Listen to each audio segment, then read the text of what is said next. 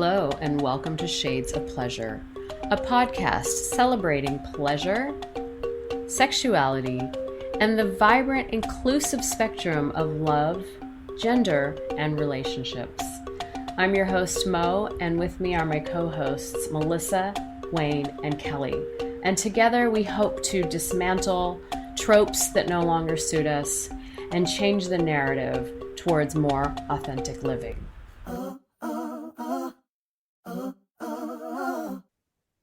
I didn't need that to be recorded, but that's what I'm saying. Like before we record is when some of the it kind of it sets the tone of the mindset, right?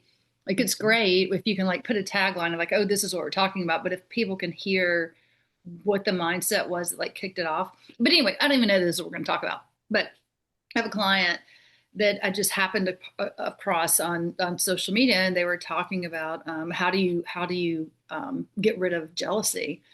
And I was like, I want to hear somebody's take on this because I don't know that that's the point, and I don't know that you can. So I was really interested to hear their take on it.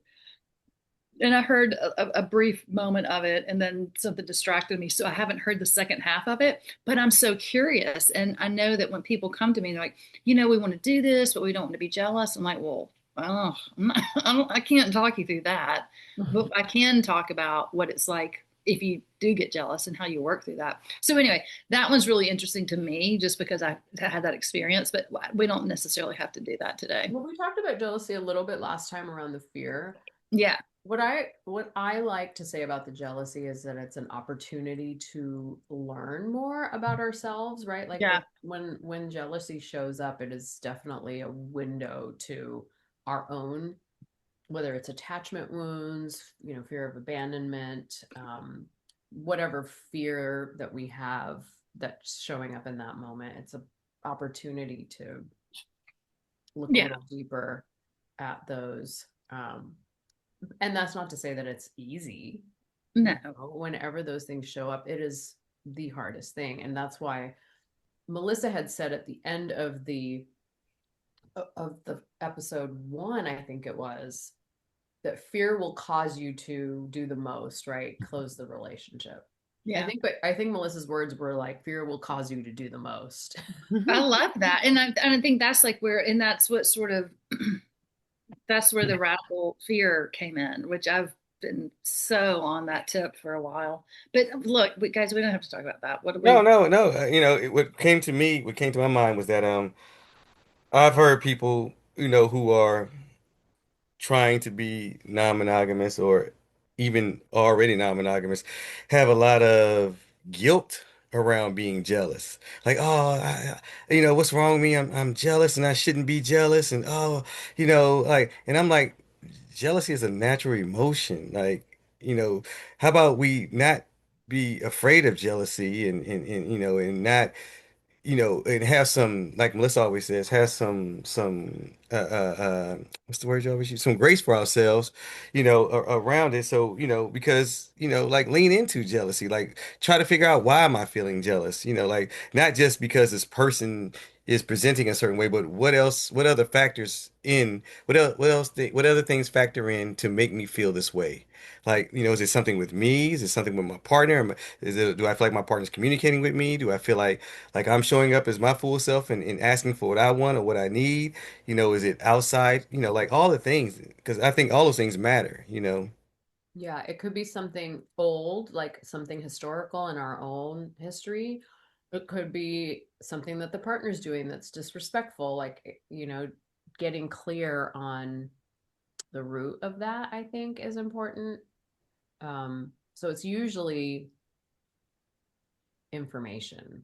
I mean, it is information. Mo, as you're talking about it, my eyes are kind of focusing on what if it falls apart? Like, what does a breakup mean? What does deterioration mean? What does a goodbye mean? And I guess the link for me is what stories do we tell ourselves around that jealousy piece? Is it a shameful story? Is it a well, if I do break up over this because I've learned new things, does that make me sex negative? Like all these Or different does it make me stories. bad at non-monogamy? Does it make me bad? Exactly. Yeah. And so like what is that narrative? What is the story that's being told around what that major thing? comes from the jealousy that makes something big happen. So I guess those are the places my brain is going with this conversation. I like that because I think it helps us to, because I was going to ask, but we just went into it. I was going to ask, like, can we get a little meta and explore, like, why are we so Meta about the critical? meta. Yeah. Boom, boom. Why are we so critical of ourselves on jealousy? Like specifically, like where did this come from? Interestingly, especially if we kind of all kind of come from this monogamous, standard or whatnot. But anyway. But you guys kind of broke it down. I was gonna say though, shoot, I forgot. When you did this, I forgot. It I'm just so made it sorry. disappear. Because I was going to say to you that, Good. coming from, monogamous mindset is you get to avoid jealousy because you don't, there's nobody presenting in your relationship that is to make you Do jealous. Well, yeah. I don't know if I no, no, agree. no, no. Hear me out. Hear me out. In a Not in sense the of, same way, right? right, right. In a sense of A like we're different not way. inviting people into the relationship. Got you. Okay. So Like we're because not we like yeah, face yeah, to yeah, we're not face. because we're not inviting anybody in a relationship, there's no one that gonna make me jealous. And if someone does make me jealous, then I'm telling you not to hang out with them anymore. I'm telling you not to bring them around. Yeah. So Yeah. that is Yeah. what so Right. we're gonna eliminate that thing right there. That's the thing. I do want to talk about that. Sorry to cut you off, but No, no, No, no. I think that's great. I'm glad you said hear me out because Yeah, I agree. I hear you. I think that that's the part of the monogamous culture that I find so toxic is this concept of like, oh, you were flirting with someone else, or oh, you cheated, or oh, you did something that betrayal, broken agreement, broke trust, and then the default is, well, I'm not going to do that again, right? Well, it's Or I ownership. won't see Yeah. that person again. I won't, like completely shutting the door, right? So jealousy is felt and then the solution is presented almost immediately, right? And those solutions are band-aids, right? That's not going to, you're never really have the opportunity to find out what was really going on around your jealousy, and more so like the person that broke the agreement, like this is information, It's right? just Like, addressing the soul. This it's trying to address the root of it. yeah. right. Yeah, and then in monogamy, when we put those band-aids on, and it happens in non-monogamy too, people put the band-aid on, well, I'm not going to do this anymore. Oh, well, let me de-escalate this other relationship. Oh, let We'll me close it. close it completely, right? Like we default to that a lot of times because I think it's because we think that like, oh, let me stick this band-aid on it. And but it's something that I always say, you can't. The train's already left the station. Yeah, Right? You're gonna do what? yeah, Put a band-aid on it? yeah, And I don't think it really looks at the bigger issues underneath, which are about attachment, which are about um shame, the shame that we have around, like Melissa was saying, like where does that come from? Like we have so much shame as a society if we feel insecure or jealous, right. and we just immediately go to problem solving it. Yeah. What came up for me when you were talking, Mo, was that yeah, it just makes a monogamous person just become better at hiding it. Become Yeah, better at and not being honest with each yeah, other, yeah, right? yeah, Yeah, You're we on mute, call Kimmy. each other, we call our partners our best friends, but then jealousy comes up or emotions flare, and immediately we go to problem solving because these emotions are bad, these emotions shouldn't be there. What can we do to prevent this emotional thing from happening? yeah. Emotional things are going to happen, Absolutely. I and told we need I to was be working with okay some with it. I was working with my clients I think yesterday, and I had said, and I remember Melissa said this. Me and Melissa had this conversation. She's like, Wayne, I'm worried about hurting you. And I was like, Melissa, because of the close proximity that we have to one another and the time that we've been together, you are going to hurt me. It's not going to be intentional. It's going to happen. It's inevitable. And when it happens, it's like, how do we work through it and what we do with that? So I tell my clients, that's like, hurt is going to happen. Like it's like how we approach the hurt. when it happens, is where it is, the work is at, That's the mic drop, right? Pain is gonna happen. Kelly, you're on mute. Unmute yourself. Kelly, unmute yourself. Thank you, because I was just saying a whole lot. No, but like that's the whole thing, and that's where that's scary and vulnerable. Period. End of story. And if you don't have agreements about that on the front end, then it's like, oh, can I? Can I not? What am I going to do? How is it going to happen? And so I think those conversations that the front loading I always talk about, like that's important because what you're saying is completely right, Wayne. It's like, how do you deal with it? When do you deal with it? And I firmly Can we believe. talk about that? The front loading, like that. Are you laughing at me? No, They can't I see mean, what I just did I with my don't think that hands. we've talked about front loading Oh enough. yeah, that's my jam. Yeah, we That's have not. We Yeah. talk about front loading a lot in our training programs, but we don't talk about it a lot in here, Kelly. So Get us take the into it, mic. Kelly. Take us there. Take us that's. there. Take us I there. mean, look, I don't know. It's been a long time since I've had to explain what that means. Basically, I truly believe that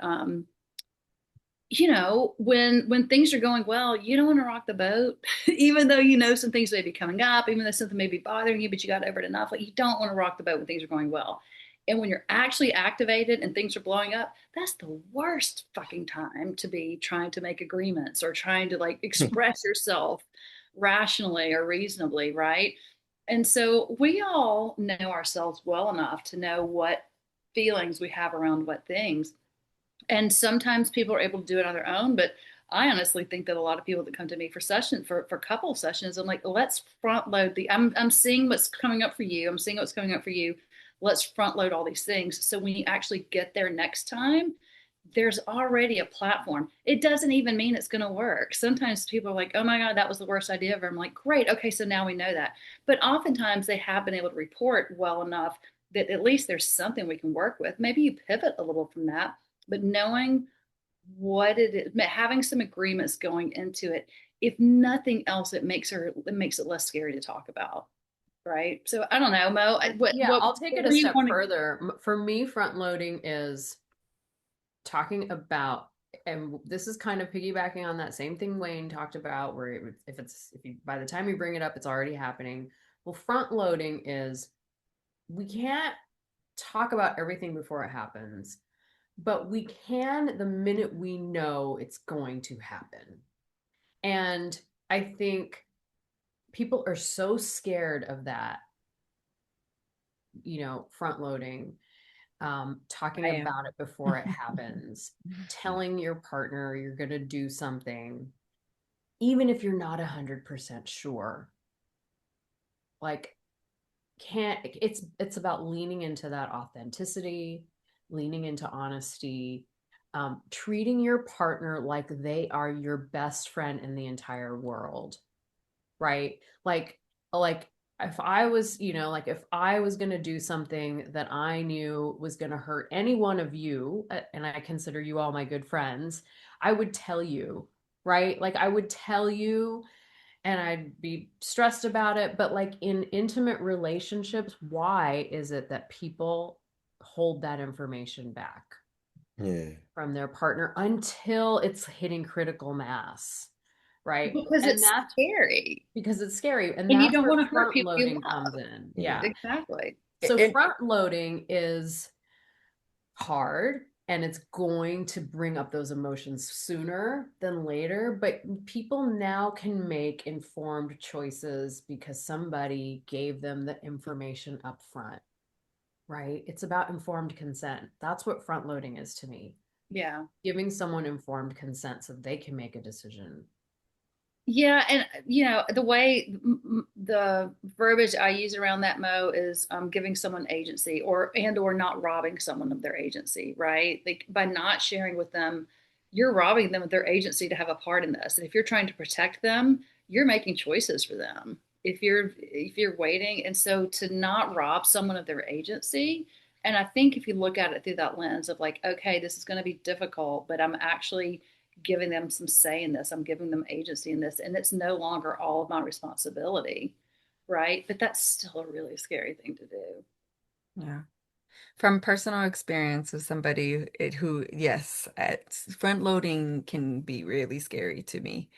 Um, and I think I often would say what you just said, Kelly, or what you said a minute ago about like, we don't want to hurt people. It's so scary. And I think as being somebody is, I like to identify as somebody caring and mindful and like really caring for people. To me, that story made sense of like, oh, but I don't want to hurt people. And then it hit me at some point. I was like, oh, but I think underneath that, really, it's not about hurting people. It's really about I'm afraid to feel like I'm afraid to feel my own feelings. You know what I'm saying? Like it's not like, oh, that person, I hurt them. Oh my gosh. It's more like, damn, how am I going to feel about myself if I hurt that person or that person, because there's a subtle difference to that. And so I think that, Yeah. if we can kind of be honest with that, that can help free us. Because sometimes when we say like, oh, I don't want to hurt the person, it can be a little bit of I think of an excuse or an escape or kind of telling ourselves the You're story. like, it's either an avoidance of It's an conflict avoidance, or an yeah. avoidance of internal, like, Yeah.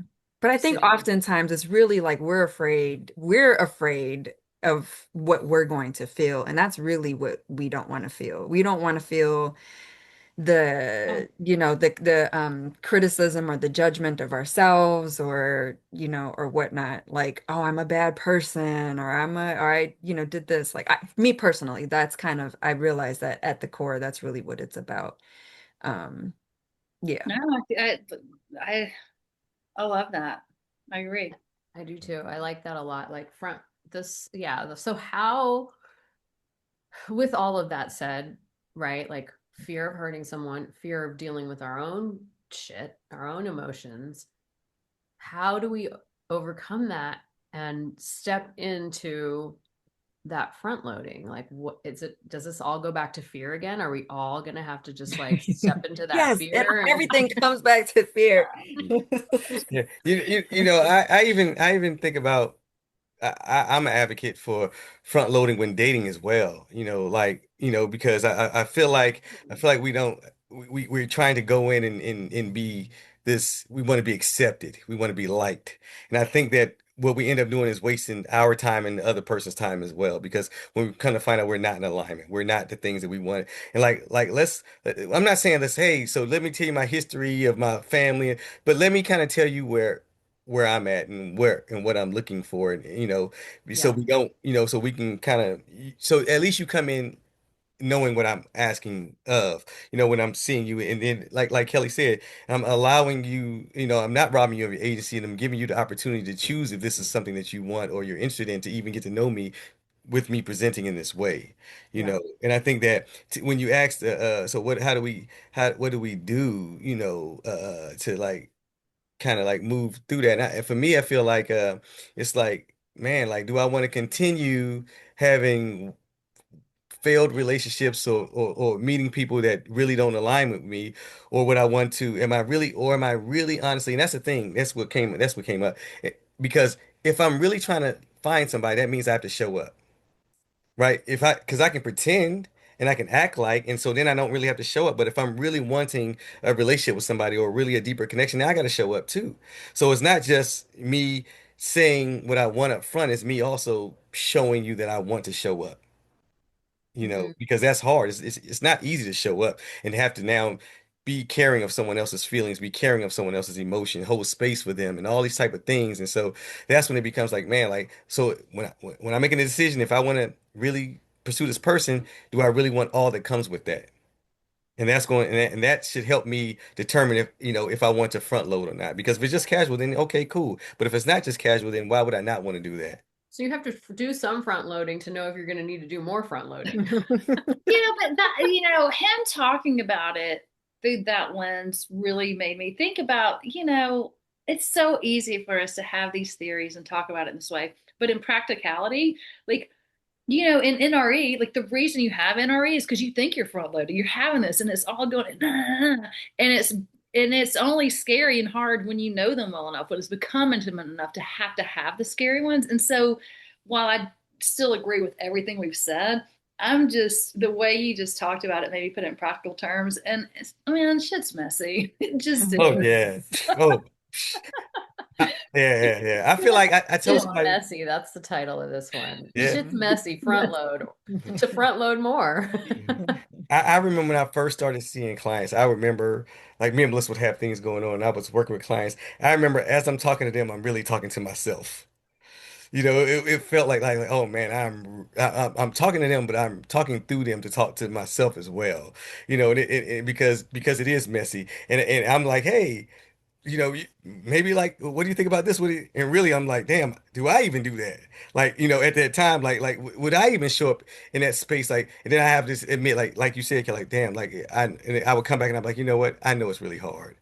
I know it's not as easy as I make it seem to be. Yeah. This is ideal. This is the ideal what we would want to be, and it's work to get there. And that's the thing, right? Like, am I willing to fail? But at the same time, keep trying. Keep attempting to be Well, better. are you willing to do that scary thing that we're talking about? Yeah. Right. That's really what it is. But I mean, that makes me think about two things. One is, people will say you become a therapist or you go into mental health work to fix yourself. And so like that's like one school of thought. And then the other is I had a therapist that I was actually, and it was after I became a therapist, and I was actually kind of afraid to tell her some stuff that was going on with me. And I was totally transparent about that. And she said, if every mental health professional had to have all their shit together, there would be no mental health professionals. So I was like, right Yeah. on. So I enjoyed hearing that. So I think we can talk about the messiness of it and we can help people through things, whether we're going through something similar or something different. But yeah, and it's easier to see other people's problems are so much more Yeah. apparent Yeah. than our own. Oh yeah, I can't apply the theories that I talk about on here in my own life.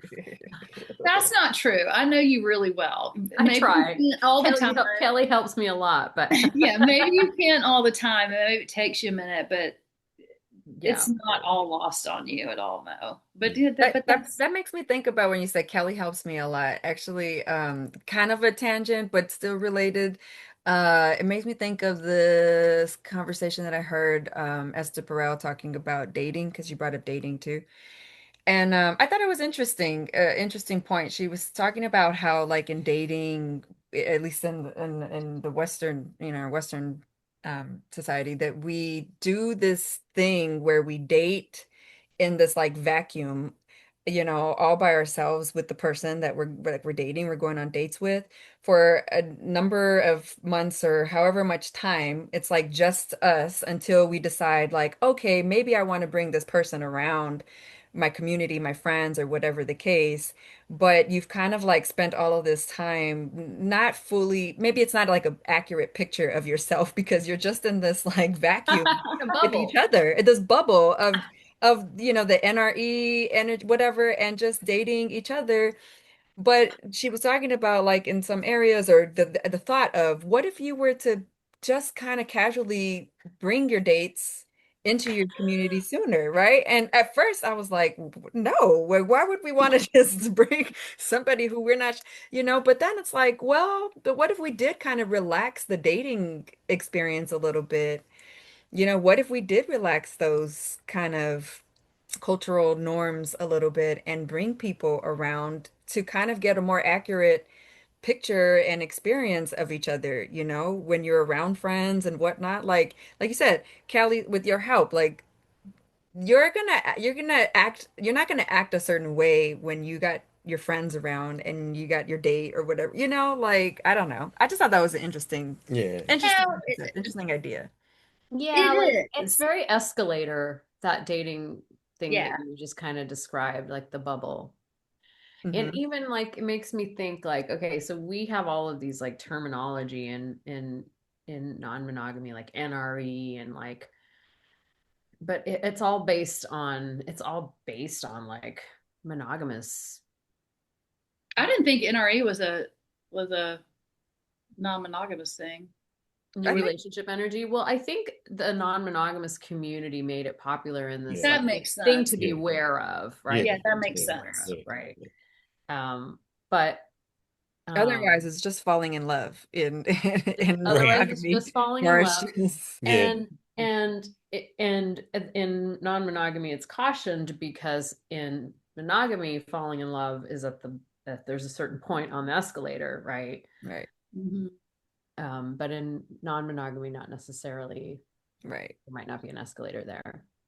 Yeah, but I mean, Melissa, that actually is also that's making me think. I kind of feel like I live in two different worlds. One where I feel it's where I'm from. I feel less comfortable or less accepted, less able to be myself. And then in another world, and like, okay, what would that look like? In one of my worlds, I think it would be a good litmus test. It would be great and be much more comfortable for me. And in another world, it wouldn't. So I was like, oh, that would be a really good test for like how comfortable you are with your own relationships and how comfortable you are with yourself in the worlds that you live in. Hmm. So this idea of introducing someone you're dating like right off the bat, that's an interesting one. Yeah, Yeah. it was interesting.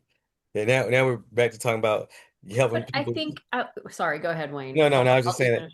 Yeah, I was just saying it. Now we're going back to helping, trying to talk people into leaning into their discomfort, because like, yeah, like, hey, because bringing somebody around your friends can be hella uncomfortable. Like, are they going to accept my friends? How are my friends going to act towards this person? All the things that, all the fears that come up, yeah, so yeah, I like it though. I've always brought people into very easily. Like that's, you know, if I'm dating someone, come on, we're going out, you're gonna meet everyone. I don't care if it's day two, we're meeting up with, like, so I've never really had that, and I'm not sure why. Um, I don't know what that's about. Maybe it was part of being part of the queer community where it was just like I'm probably gonna date seven or of my friends anyway by the time we You probably know everybody already. Come on. Yeah, yeah, I I don't think, know, yeah, but I think that might be just a me and your personality trait, Mo, because I do the same thing. We both are oh yeah. Aries, and I Aries, tend to yeah. bring I'm like, everybody around. So the yeah, I think it more the might be a merrier. personality trait. Yeah, Yeah. yeah, That is true. yeah, And Yeah. it's not and I also don't, I don't know if I'm gonna be dating you 5 months from now, but so I want you to meet my friends. yeah, yeah, Don't you want to meet someone I'm dating for 2 days? yeah. Right. My friends are awesome. My friends are so cool. Yeah, yeah, Hilarious. I love that. yeah. I love that. I don't know that I could do that, but I love that. I mean, Kelly knows. I've brought in weird randos around. Kelly's done the same thing. Yeah. I used to bring around my family. Yeah, I used to bring. After a while, I was like, man, why do I bring everybody around my family? Like, I don't even understand. And then they're 'Cause in family photos. That's the funniest. yeah, they'll bring up they'll bring up random names like, hey, so what happened to so? Like, really? We talking about so? It's like, An ex-boyfriend of mine is in my brother's wedding photos. I don't look at those now. We dated for less than a year. Oh, Yeah. Oh yeah. I used to bring people home all the time too, Wayne. yeah. Like it was no big deal. It is funny. And one time my mom said, and yeah, like like obviously that she never would know when it was the females, but like there was a time where she was, Mo, why do you have so many boyfriends? I was like, I don't. Some of them are gay. Like, hey, you need to work on your gaydar, mom. Anyway, back to front loading and what was the other It one? was the leaning into your fears, leaning into your Oh yeah. insecurities, and like learning about yourself by doing that. Yeah, yeah, yeah. But Okay, so how do you start off front loading, Kelly, with I mean, and does that look different when it's a new relationship versus an established relationship? Like Look, what it does can that for me practically it look can like? be about anything, and so I don't know that I have a formula to that. It's really so dependent upon what the issues are, what the situation is. So I'm like, okay, what are the things? Like, what are the pieces that make you scared? What are the pieces that you need to feel safe? What are the pieces that you think are going to make this easier? Or what are the pieces that you think are going to make you lose your shit? Like Yeah. what, like each person needs to sort of figure out what their pieces are. And it's like, okay, so given what we know, just sort of more neutrally, like, or randomly, like, what do we know? Mm. Well, And Kelly, how I experience you, and you're like my go-to, like this is what Kelly would do in a relation. What would Kelly do? oh, really? Oh, I can't wait to hear Because this. Kelly, I mean, you do this in everything. So, like, for example, in life, you might be like, "Hey, I just want to let you know." There's no eggs in the house. I'm gonna go to the store, but it might not be late till later. Like you give all of the information. Some of it is like superfluous, and you're like, okay, okay, okay. But you know everything. Like Kelly might go to the store today. She may or may not get the eggs I need. Like you know every piece of information, and then you're like, I'm at the store. I better get those eggs because Kelly may or may, like you know now what to do. And like Mm, I think that's to me like relationship goals. Like people that just give you so much information that sometimes it's like I don't need that much information, right. but it fucking helps you because you can make your decisions throughout the day based on what you know. Right. I think that's giving people agency. It's like, here Yes. it is. Yes. You can tell me no. You can try to ask to change it. You can do Yeah. whatever. Like Like if I'm staying at Kelly's place, like I will know her entire schedule so that because I have to see clients, I have, so that I can go about my day and it makes my life so easy. And it is a form of emotional labor that Kelly does. And I have to just say that it, is like so Kelly funny to does hear a though. lot of emotional labor for her guests, for her friends, right? And it's super helpful. That is so interesting to hear, and I think you're right. I've never ever put it together that way. But Okay, yeah. so yeah, so that's front loading. Okay. Kelly, Well, okay, this is great because it makes me think about myself, Kelly. So it makes me think about how sometimes like it makes me think about compatibility.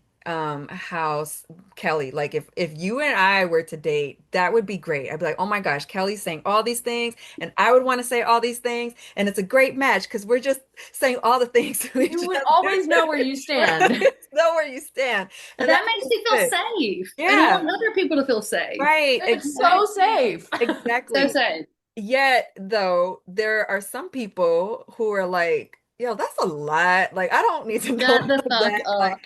Here's Like, a big old cup and shut the fuck up. yeah, Drink it. exactly. And I don't know what to do with that. I There's don't so know what many to do people with that it. would be like, "Oh my God." There's been Yeah. times where I'm like, See? but You but see? then Yes. but But she'll that's tell me, and also I'm fine with that. my personality to be like, "Okay, take a chill pill." Yeah, Right. and But I'm I fine. I'm like, also okay, cool, great, glad I know. So like, that's fine. Okay, can you go like, okay, cool, I don't know because you've already have established relationship with Mo Well, or yeah. And look, okay, I mean, I'll be. Can I be super vulnerable about? please. Can I be a little self-disclosing about our relationship? Oh, But about your yeah, relationship. of course. Mo and I have been friends a very long time, and y'all know that. And I'd say we've gone through two kind of hiccups in our relationship. And we would you agree? I don't want to name Yeah, names, yeah, but it yeah. was I we're can think of one major one, but I don't know what the second one is, but that's okay. okay, whatever. Well, I can think of two for me at least. Hmm. And we like made a choice and chose to do the work, and like you're this is too good for us not to have a couple of uncomfortable conversations about, and time has passed and it's fine and it's cool. And so yeah, Mo's like, Kelly, shut the fuck up. I'm like, okay, I'll shut up. Yeah, It's fine because I feel safe with Mo yeah, because I know that it's a It's lasting okay. thing. I Right, but that know. took time to get there. That took the experiences, that took like you two, yeah, being able to, yeah, have those experiences and develop that trust Yeah, and yeah, yeah. You And have the then rupture and the repair, and then the right. yeah. repair makes it even stronger, and Exactly. that's So when the you shut the fuck know. up sometimes can be helpful even for us because like you said, Mo, Mhm. it is a lot of emotional labor. It does sometimes come from this anxiety and this fear and all this stuff. And so Mhm. somebody lovingly being able to like, yo, shut up. Like it's all you don't need to tell me that. It's like, whew, all right, thank you. Great. I can All just right, cool. relax. Just Now take a what chill happens? pill, What yo. happens is what happens. If it goes bad, it's on you because I Right. tried to tell you. You Yeah, know. exactly. I try to tell you. I try to tell you. So Yeah. it, Yeah. Yeah. And I thank you for calling it out, Melissa, that it is sometimes anxiety, because I think if we go back to the attachment theory sort Mhm. of frame, I do lean avoidant, right? I do lean detached and avoidant. And that's my default. Like when things get too much, I go that way. And so I'm typically partnered, whether it's friends or intimacy relationships, with people that tend to run more anxious. yeah, yeah. Yeah. Well, Eh, I mean, can I go a little bit further then? Because actually, that's actually making me think about our friendship and the examples we're using, and I think that's one of the things that happened. Something was kind of going down, and you were like, I've got to just stop and move away, and I didn't understand that at the time. And so there was sort of a cutoff from you. And that cutoff from her was so incredibly hurtful to me because I didn't understand. And we've not talked about it. I didn't get it. Oh, now I know what the second thing is. I forgot about that one. Okay. To me, that's like kind of the big one, right? That was Because the big for one, yeah. you, that was Well, great. for me, the other one was a big one because I felt Exactly. cut off on the first one, right? Exactly. Right. And so that's why I'm saying this is a really good way to talk about it because we do have different attachment styles and Mhm. one of them hurt you worse, one of them hurt me worse. Mm-hmm. And I don't know. I don't know if we're getting to like lost in the sauce for general consumption, but I think the whole point is like Melissa and Mo bringing up the sort of the attachment styles and how we operate within those. And look, Mo and I are friends. This isn't a romantic, physical, whatever you want to call it. It's a very intimate relationship because we've been friends for so long and I love her dearly. But it's different, and you know how it becomes even much more escalated if it's a romantic sexual relationship with Right. someone. Yeah. Exactly. And the way the ruptures happen and the way the repairs happen can hit differently. Yeah. They can Yeah. really hit differently. But thank you for bringing up the friendship aspect of it. We touched on it briefly in another, and that's pretty much why I love polyamory because it really looks at those friendships. I don't know if we talked about this how in depth, but to me, polyamory isn't always about romance. It isn't always about sex.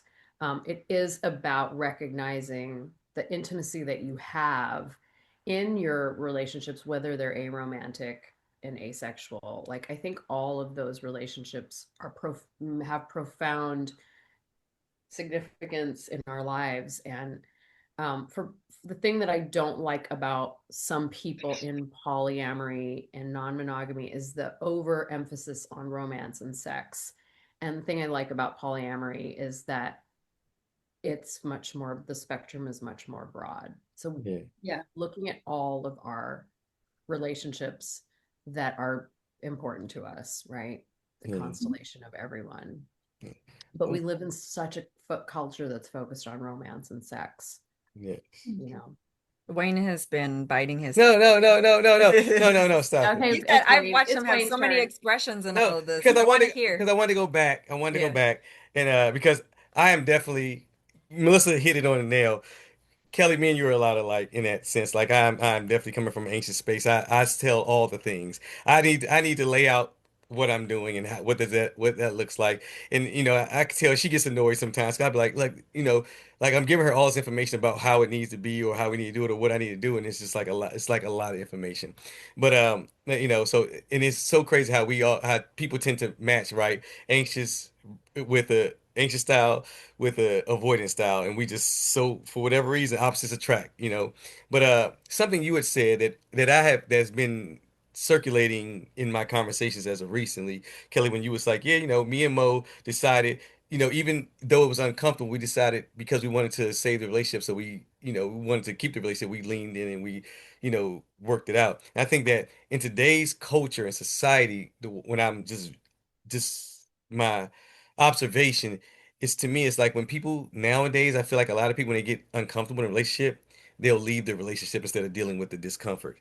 They'll rather go start a new relationship, and get back into NRE again instead of dealing with the Yeah. discomfort of being in the relationship that they're in because it's too hard. I don't want to deal with this, so I'm gonna leave. And I'm like, wow, you would throw that whole Guilty. relationship away because you're uncomfortable, just to go start all over again and be right back in the same space again, in 6 months to a year from now, opposed to doing the work and having that growth and being able to, just, show up differently. And then again, like, are you better off throwing that relationship away? And now, obviously, if it's abusive in any kind of way, shape, or form, whatever, It's yeah, toxic. we know that. But if it's none of those things, if it's just that it's something that you got to deal with that feels hard, and why would you, like, let's figure it out. But it takes both people to be in the right place to do it. Oh, Right. absolutely, yes. Yeah.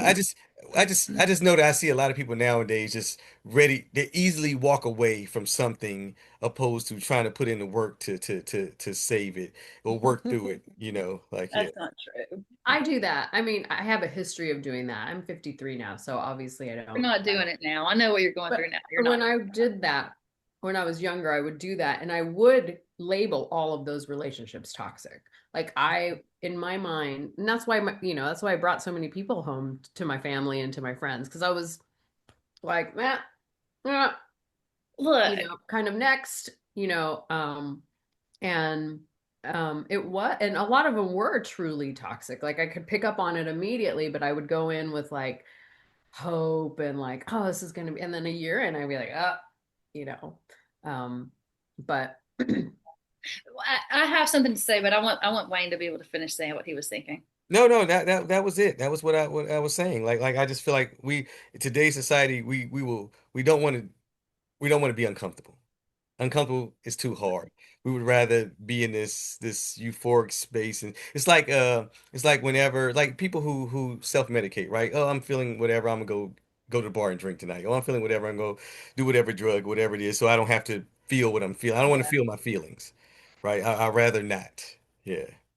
Well, here's a little case study for you as far as like, do you bail or not bail on a relationship, depending on how it's feeling.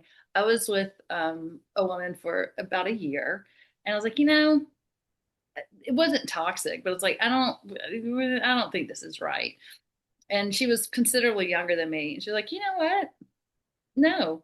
I was like, what do you mean no? Like you don't if somebody's breaking up with you, you kind of don't have a say in it. She's like, no. I was like, well, okay, like why no? And she explained to me, and she's like, well, and as I said, I was older than her. She's like, this is probably why you aren't in a long-term relationship, because as soon as it gets uncomfortable, you run. And did it. I mean, girlfriend like had it laid out, and I was like, you know what? You're making a lot of sense right now. So we had one of those really difficult situations. I said things that were very difficult to say to her because she was wonderful, but there were things that made me fucking nuts. And in turn, I had to hear a lot of things I didn't want to hear, some of which I agreed with, some of which I didn't, but it was her truth, right? And I was like, all right, well, that was not super fun, but probably healthy. So let's give it another year and see what happens.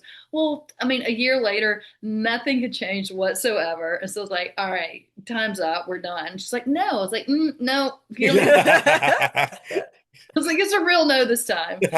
So I don't know. That's just a little case study for what we're talking about. Like, do you bail or not? Mo, you're muted.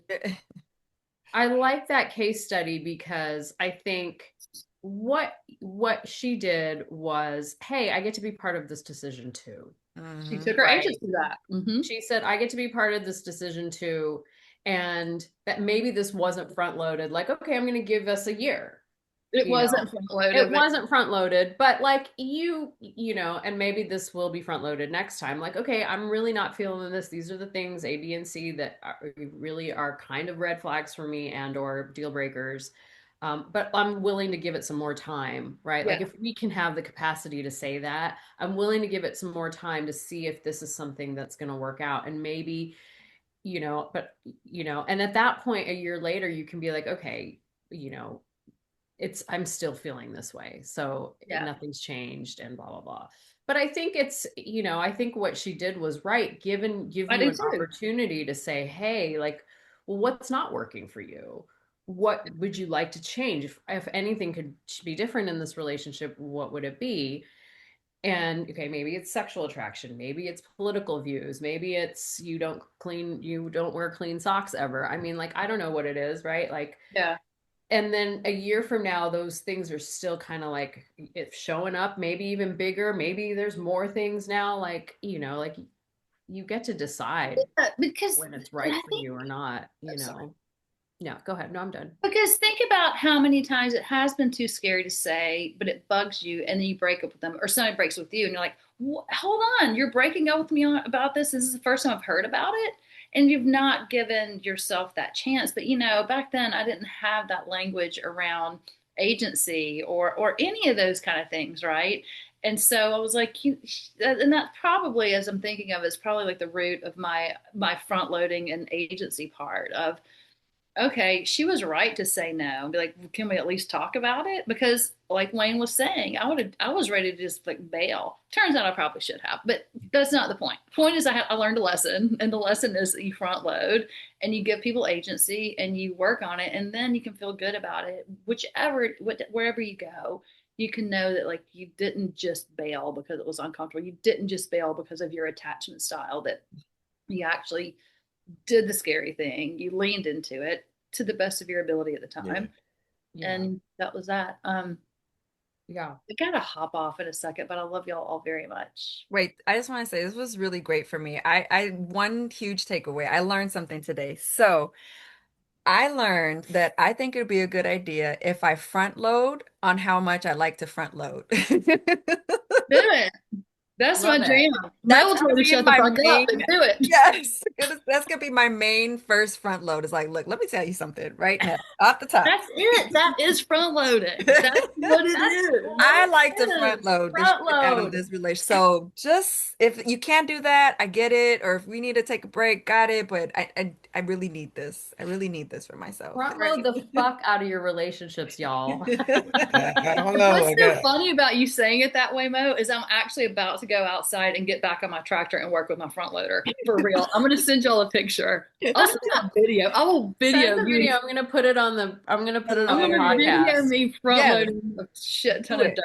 Because I truly believe, and time again, what you don't front load is going to come back around and bite you in the ass. It's seriously It is. If you don't front load it, it's gonna bite you in the ass. That is the other tagline for Gonna today. come get We've you got from like behind. You 7 don't front load, it's good gonna A get lot you of from good mic behind. drops today, gang. Yeah, what, Wayne? Because I almost, all right, Kelly. I almost feel like I gotta tell him Melissa a little bit. Telling me. Yeah, telling her. yeah. Telling me. There's I, 4 minutes left. yeah, I feel like Spill the tea. I You hear know we Melissa. therapists love the dirt. Yeah, I hear Melissa that she about front loading the front. No, I said it's a lesson that I Okay. learned. I said that's what I would Okay. like to do from Okay. now Cool. on. Yeah. Like, Cool. oh, that's Okay. Yeah. me. Because Melissa will enjoy the NRE and won't front load. This She'd is be like, you know true. what? I'm not asking nothing. I don't want to know nothing. I just want to enjoy what is going on. I'm like, Melissa, but don't you think this is important to Like, know? nope. Nope, not really. Like if they don't want to talk about it, I then I'm not gonna rush it. I'm good where we I at. am sorry. I agree with Melissa. I don't think in non-monogamy we should be front loading NRE. I think NRE Wait, is a what? thing that We've you talked only, about that in another episode. yeah, only front load it if you're on an escalator. There's no escalator here, right?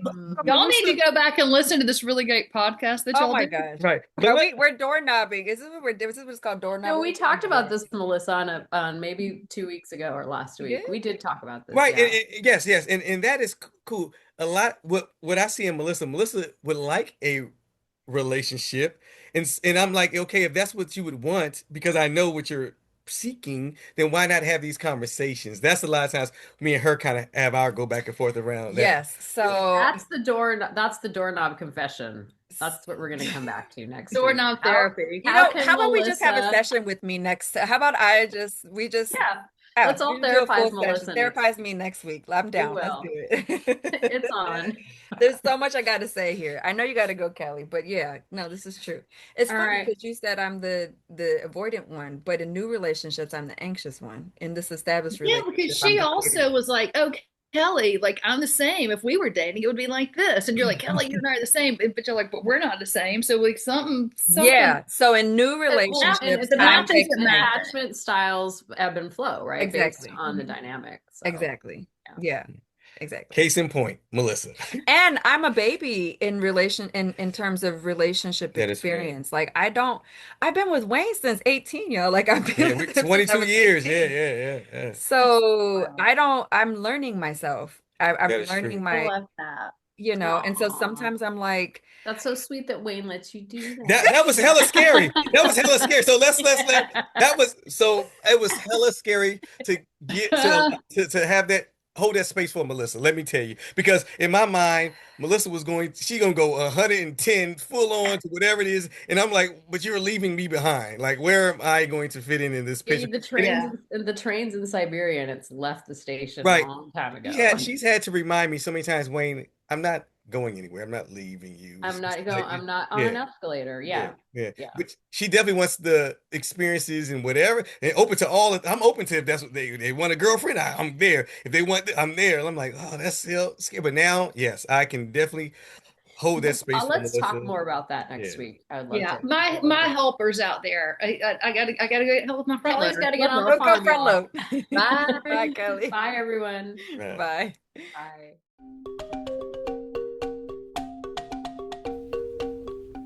Thank you for listening.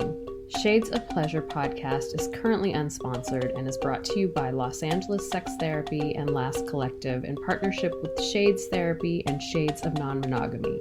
To support our endeavor so we can continue to bring this pleasurable content, please visit our Substack at shadesofpleasure.substack.com. Thank you for listening, and until next time.